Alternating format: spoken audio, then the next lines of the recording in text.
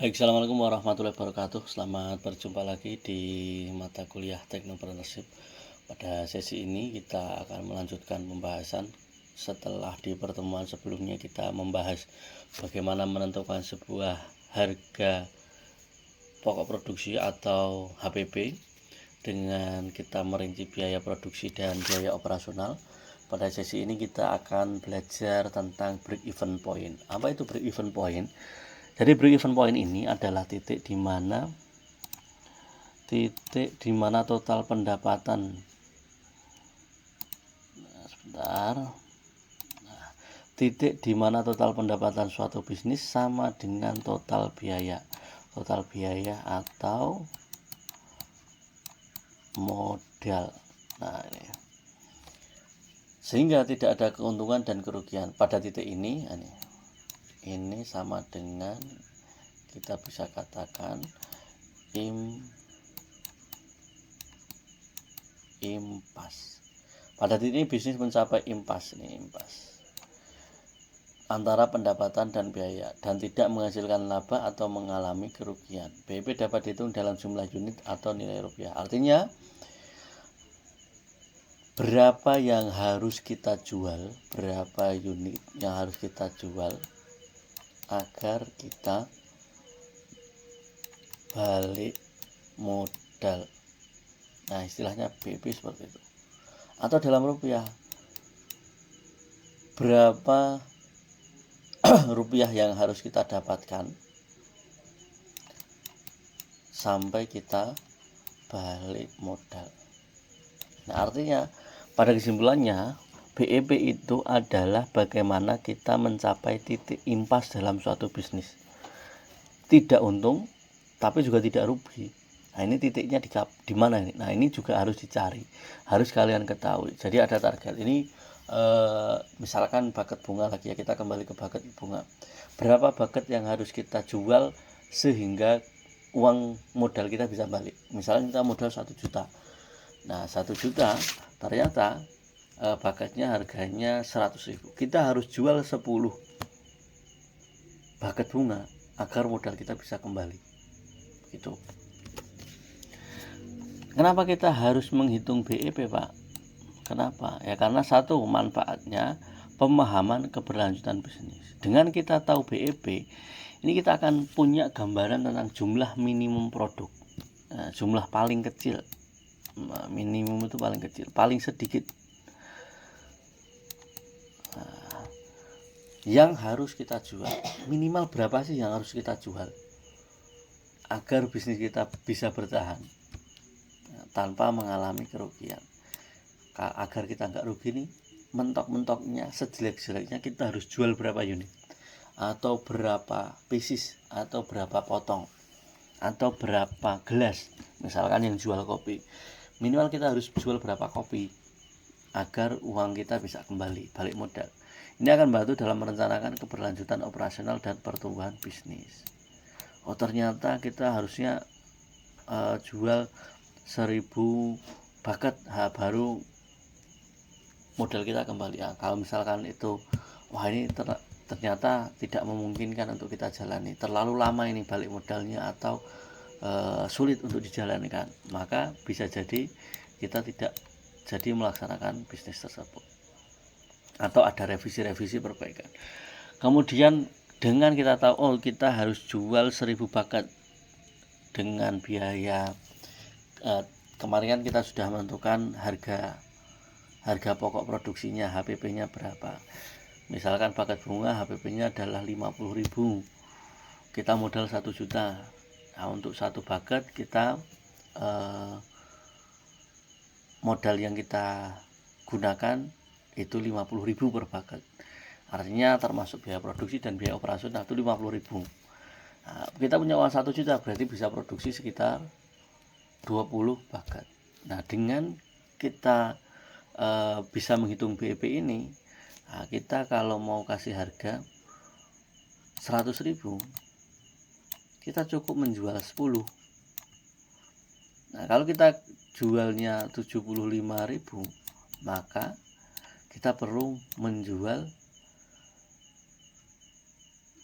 sekitar 14 bahkan baru balik modal.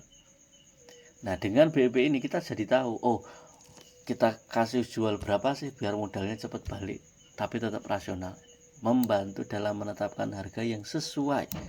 Nah, pada intinya sesuai untuk produk atau layanan, sehingga oh ini terlalu mahal ini, kalau biaya produksinya 50.000 kita paksakan jual 200.000, BEP-nya cepat, tapi nanti dengan marketnya nggak mau karena kompetitor kita jualnya 150.000. Oh coba kita jual lebih murah 130.000, maka kita perlu menjual minimal berapa? Oh ternyata minimal cuma 12 bunga, kita sudah balik modal. Begitu. Nih, mencapai titik impas dan mulai menghasilkan keuntungan. Oh ini sudah terjual 9 pieces, akhirnya kita mencapai BEP atau modal kita sudah balik.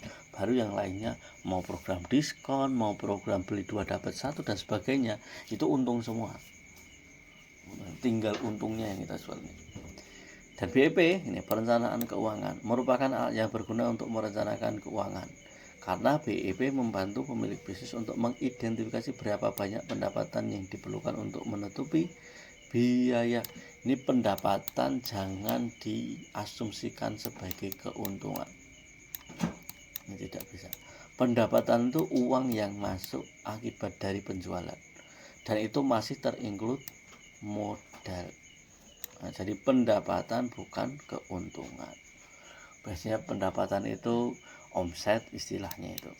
Nah, misalkan omsetnya berapa miliar, omsetnya berapa ratus juta, jangan tergiur dengan omset, karena omset banyak belum tentu untungnya banyak.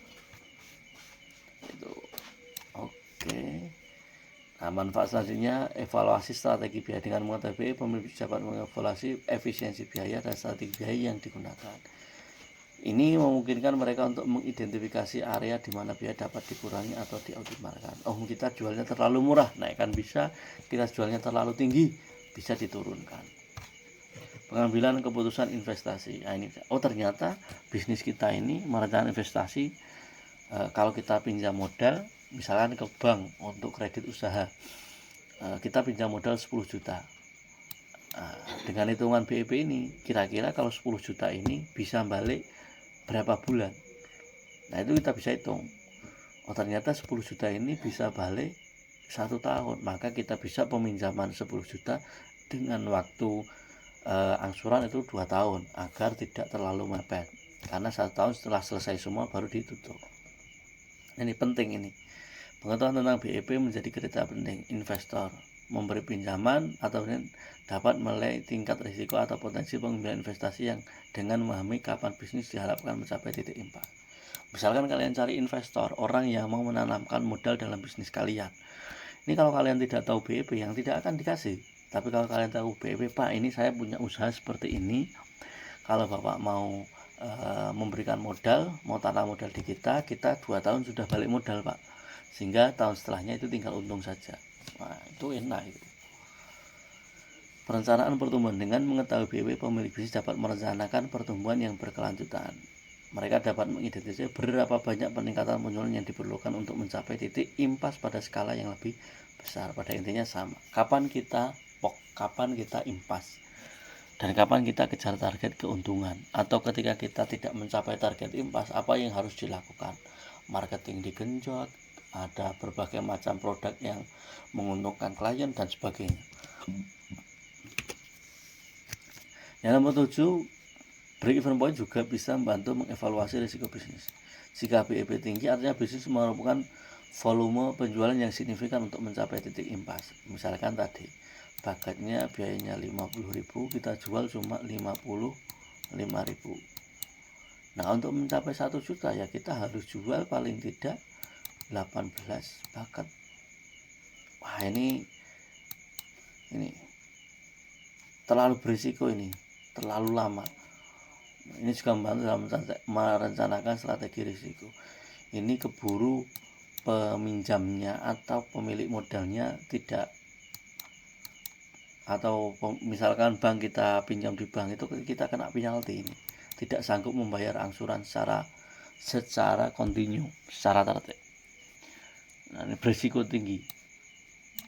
Misalkan seperti itu. Ini untuk mitigasi itu adalah langkah-langkah yang dilakukan untuk mengetahui risiko secara lebih awal. Yang terakhir adalah evaluasi kinerja. BP juga bisa digunakan untuk tolak ukur kinerja bisnis. Jika bisnis berhasil mencapai dan melebihi BEP, maka untung nih kalau melebihi BEP. Hal ini menunjukkan bahwa bisnis tersebut dapat menghasilkan keuntungan. Sebaliknya, kalau sulit mencapai BEP, ini untuk mencapai impas saja sulit, maka ini ada sinyal untuk dievaluasi. Oh, ini udah nggak benar ini cara kerjanya bisnis ini. Mau yang diperbaiki produksinya, mau yang diperbaiki harganya, mau yang diperbaiki pemasarannya. Ini menjadi salah satu tolak ukurnya BEP ini. Gitu.